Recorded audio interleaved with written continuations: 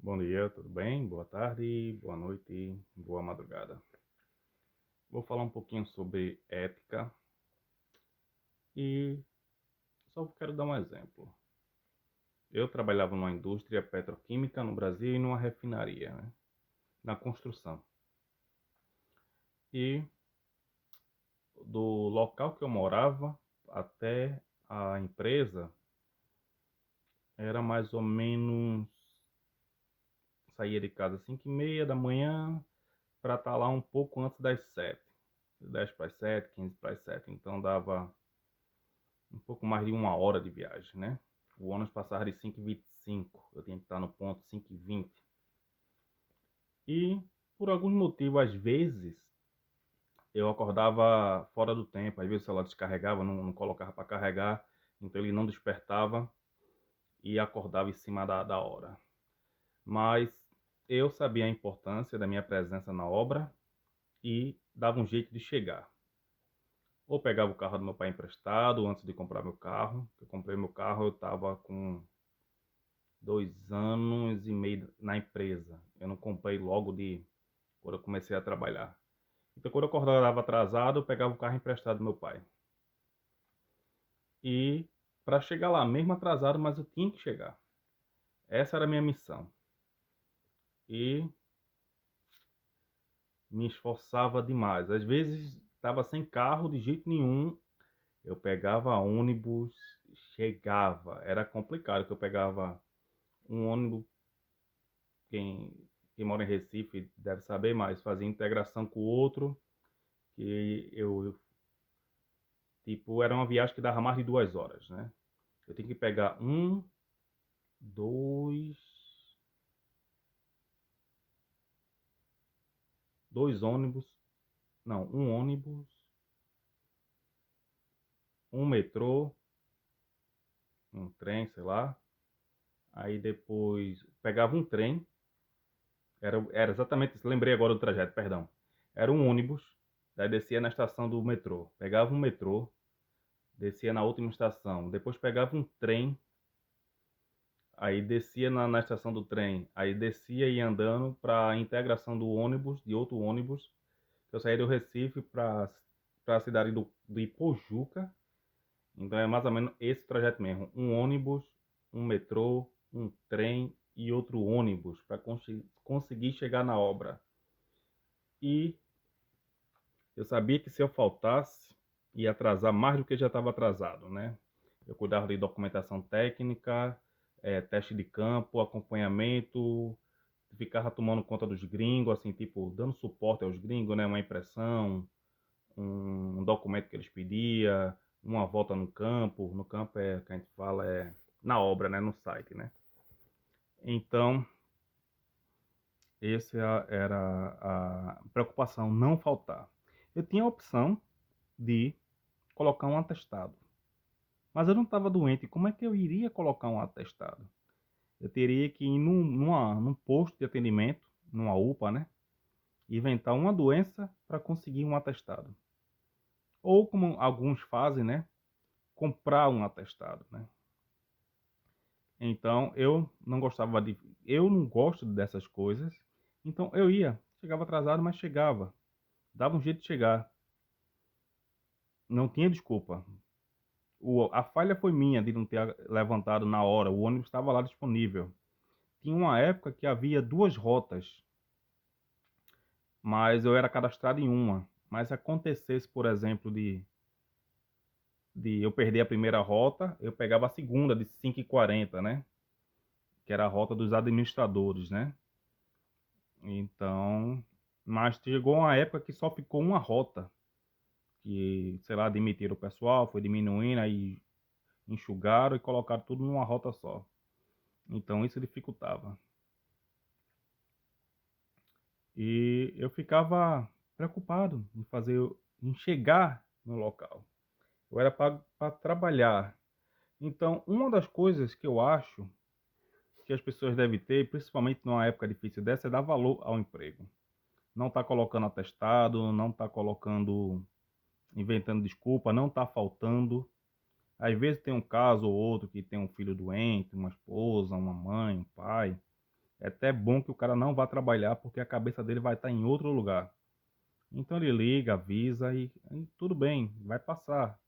A empresa não vai quebrar porque você faltou um dia, mas que seja por responsabilidade. Tem uma série, uns programas que dizem que, e alguns contos na internet, né? Que, tipo, o cara já matou metade da família. Um primo meu morreu, uma tia morreu, sei lá o que morreu. E tem casos que o pessoal faz até comédia, né? Rapaz, o cara disse que o tio morreu, né? E o tio foi procurar ele na empresa. Sei lá, deve ser que essas empresas de bairro, né? E o cara falou, gente, teu sobrinho falou que tu tinha morrido. Ele, não, ninguém morreu da família, não. Ou seja, às vezes, até numa mentira dessa, né? Se quebra, né? E eu sei que existem fatores que faz que incentive, feito eu era incentivado a trabalhar. Uma das coisas que deveria ser mudada no Brasil era adotar sistema de primeiro mundo, por exemplo. No, eu não sei na Europa, né? Mas nos Estados Unidos e no Canadá se paga por hora. Ou seja, se fulano não trabalhou, não recebe. Se ele foi no trabalho e trabalhou 2 horas, vai receber 2 horas. Se trabalhou 10 horas, vai receber 10 horas. E isso faz com que o cara procure trabalhar sempre mais. Ele tem uma meta. Eu mesmo tenho uma meta diária. Eu, quando era empregado, eu não tinha meta, porque quem controlava as minhas metas era o cara que me empregava. Então, se ele dissesse para mim, ó, tu vai trabalhar de 8 às 4, era de 8 às 4, 3h30 parava para recolher, limpar, varrer, passar o aspirador e limpar as ferramentas. Então, era a ordem do chefe, né? E no meu caso, como quando eu abri minha empresa, não, eu dizia, não, eu vou trabalhar tanto, quando eu atingir essa meta, eu paro.